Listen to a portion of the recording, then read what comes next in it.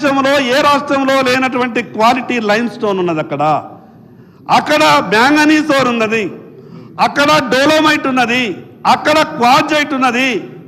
రకరకాల ఖనిజ సంపద ఉన్నటువంటి ఆదిలాబాద్లో ఎయిర్పోర్టు నిర్మాణం అయితే నా ఆదిలాబాద్కు పరిశ్రమలు వస్తాయి, వెనకబడ్డటువంటి ఆదిలాబాద్ బాగుజరుగుతుంది.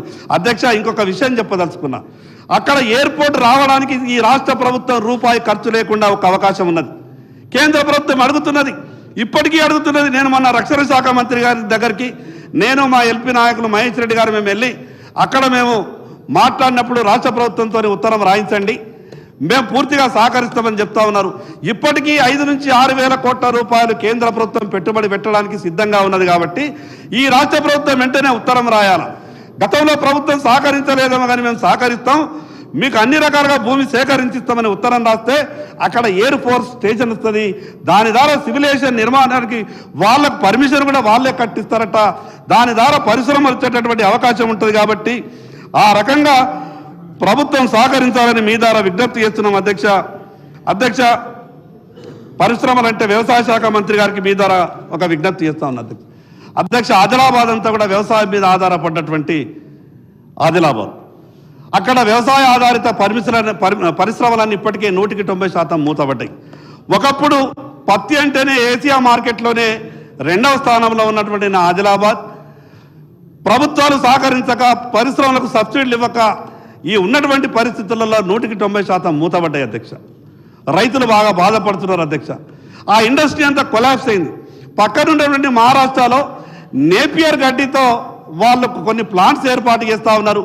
వ్యవసాయ శాఖ మంత్రి గారికి విజ్ఞప్తి చేస్తా ఉన్నా, పక్కనున్నటువంటి ఆ మహారాష్ట్రకు రైతులను పంపి మీ అధికారులను కూడా పంపి అటువంటి ఇండస్ట్రీ ప్రతి జిల్లాకు ఒక 4-5 ఏర్పాటు చేస్తే తక్కువ ఖర్చుతో అవుతుంది, వేలాది మంది రైతులకు లాభం జరుగుతుంది. కాబట్టి ఆ రకంగా ఆలోచించాలని మీ ద్వారా విజ్ఞప్తి చేస్తున్నాను. అధ్యక్ష, ఎస్సీ వర్గాలకు సంబంధించినటువంటి ఎవరి బాధ చెప్పినా అధ్యక్ష, ఇక ఏమన్నా అంటే ప్రభుత్వంలో ఉన్నటువంటి పెద్దలు బాధపడుతున్నారు. గతంలో జరిగింది అన్యాయం అంటే గతంలో పాలించిన వాళ్ళు బాధపడుతున్నారు. ఇంకెవరిని అనగలుగుతాం అధ్యక్ష? 10 ఏళ్ళు పాలించిన వాళ్ళు అన్యాయం చేసిన దాని గురించి అనగలుగుతాం.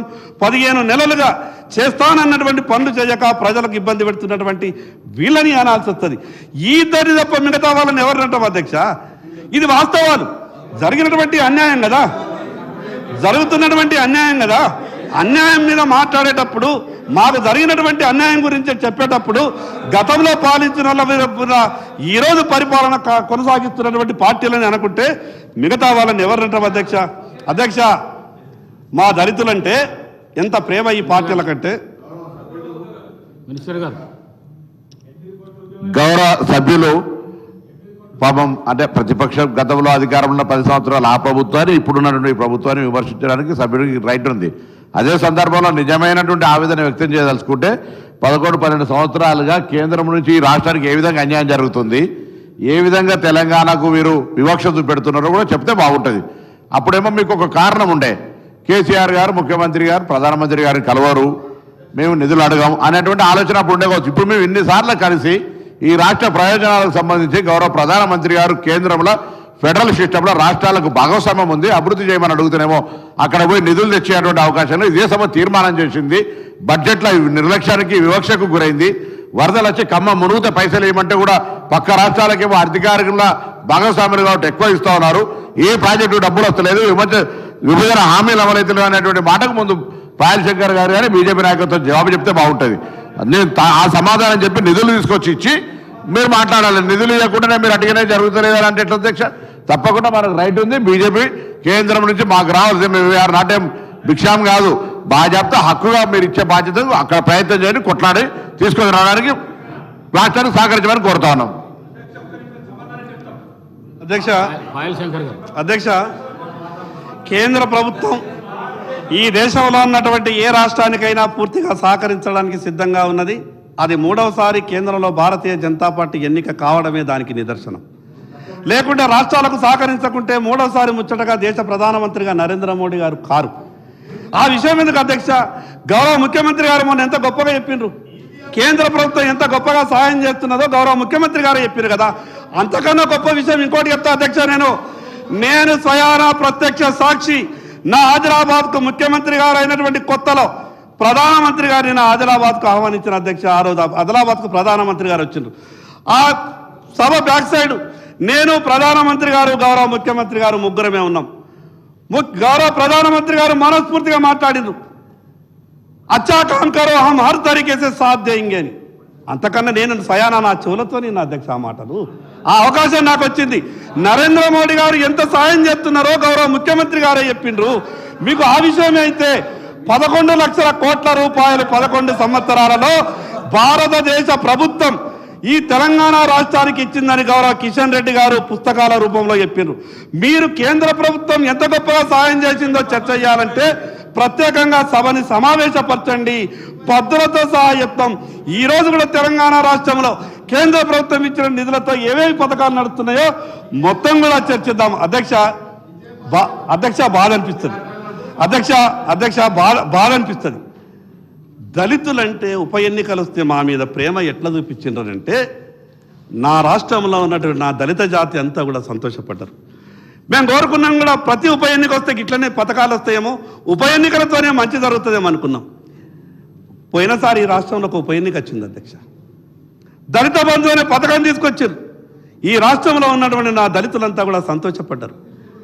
రాష్ట్రంలో ఉన్నటువంటి అందరికీ దళిత బంధు వస్తుందేమో, ఈ దళిత బంధు ద్వారా మా కుటుంబాలన్నీ కూడా బాగుపడతాయేమో, ఇంటికి 10 లక్షల రూపాయలంటే ఇంకేం కావాలో మేము బాగుపడతామని అనుకున్నారు అధ్యక్ష.